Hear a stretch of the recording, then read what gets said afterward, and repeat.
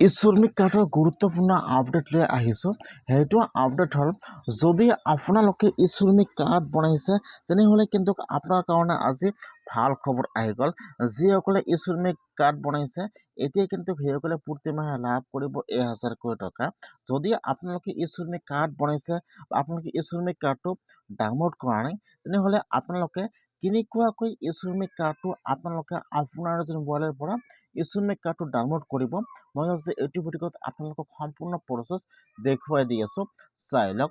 এতিয়া আপোনালোকে ফাৰ্ষ্ট আপোনাৰ মোবাইল বা ডেস্কটপৰ যিকোনো এটা ব্ৰাউজাৰ অ'পেন কৰি ল'ব। আপোনালোকে ইয়াত এই শ্ৰমিক লিখি চাৰ্চ কৰি দিব। এতিয়া কিন্তু আপোনাৰ ওচৰত এইটো হোম পেজ অ'পেন হৈ যাব এনেকুৱাকৈ। এতিয়া এইটো যোনটো এই শ্ৰমিক কাৰ্ডৰ অফিচিয়েল ৱেবছাইট, মই কিন্তু আপোনাৰ সুবিধাৰ কাৰণে ৱেবছাইটৰ লিংকটো মোৰ ডেছক্ৰিপশ্যনত দি দিছোঁ। ডাইৰেক্ট ক্লিক কৰি এইটো ৱেবছাইটত আহি যাব। অহাৰ পিছত আপোনালোকে ইয়াত চাব, ইয়াত দিয়া থাকিব ফাৰ্ষ্ট আপোনালোকৰ মোবাইল নম্বৰ।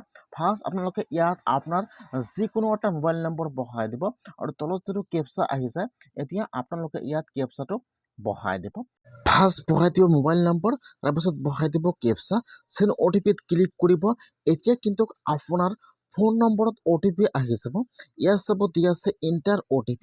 এতিয়া আপোনালোকে ইয়াত OTPটো বহাই দিব। যি OTP আহিছে ইয়াত OTPটো বহাই দিব। OTPটো বহাই দি আৰু ইয়াত চাব দিয়া আছে কেপচা। এতিয়া আপোনালোকে ইয়াত কেপচাটো বহাই দিব। OTPটো বহাই দি কেপচাটো বহাই দি আপোনালোকে এতিয়া 4 মিনিটৰ ওপৰত ক্লিক কৰিব। যেতিয়া আপোনালোকে 4 মিনিটৰ ওপৰত ক্লিক কৰিব, এতিয়া কিন্তু আপোনাৰ ওচৰত আৰু এটা নতুন পেজ ইয়াত অ'পেন হৈ যাব এনেকুৱাকৈ। এতিয়া আপোনালোকে ইয়াত চাব দিয়া আছে আধাৰ কাৰ্ড নম্বৰ। এতিয়া যিটো আপোনালোকৰ আধাৰ কাৰ্ড নম্বৰ আছে, এতিয়া আপোনালোকে ইয়াত আপোনাৰ আধাৰ কাৰ্ড নম্বৰটো বহাই দিব। ইয়াত চাব, ইয়াত আহি যাব এনেকুৱাকৈ। এতিয়া আপোনালোকে ইয়াত আধাৰ কাৰ্ড নম্বৰটো বহাই দিব। আধাৰ কাৰ্ড নম্বৰটো বহাই দি ইয়াত চাব দিয়া আছে চেণ্ড OTP। এতিয়া আপোনালোকে চেণ্ড OTPত ক্লিক কৰিব। আধাৰ কাৰ্ড চিলেক্ট কৰিব আৰু ইয়াত আপোনালোকৰ আধাৰ কাৰ্ড নম্বৰটো বহাই দিব। ইয়াত OTP টিক মাৰ্ক দি দিব। তাৰপিছত তলত দিয়া আছে কেপচা। এতিয়া আপোনালোকে ইয়াত যি কেপচা আহিছে কেপচাটো সেইটো ঘৰত বহাই দিব। কেপচাটো বহাই দি আপোনালোকে এতিয়া 4 মিনিটৰ ওপৰত ক্লিক কৰিব।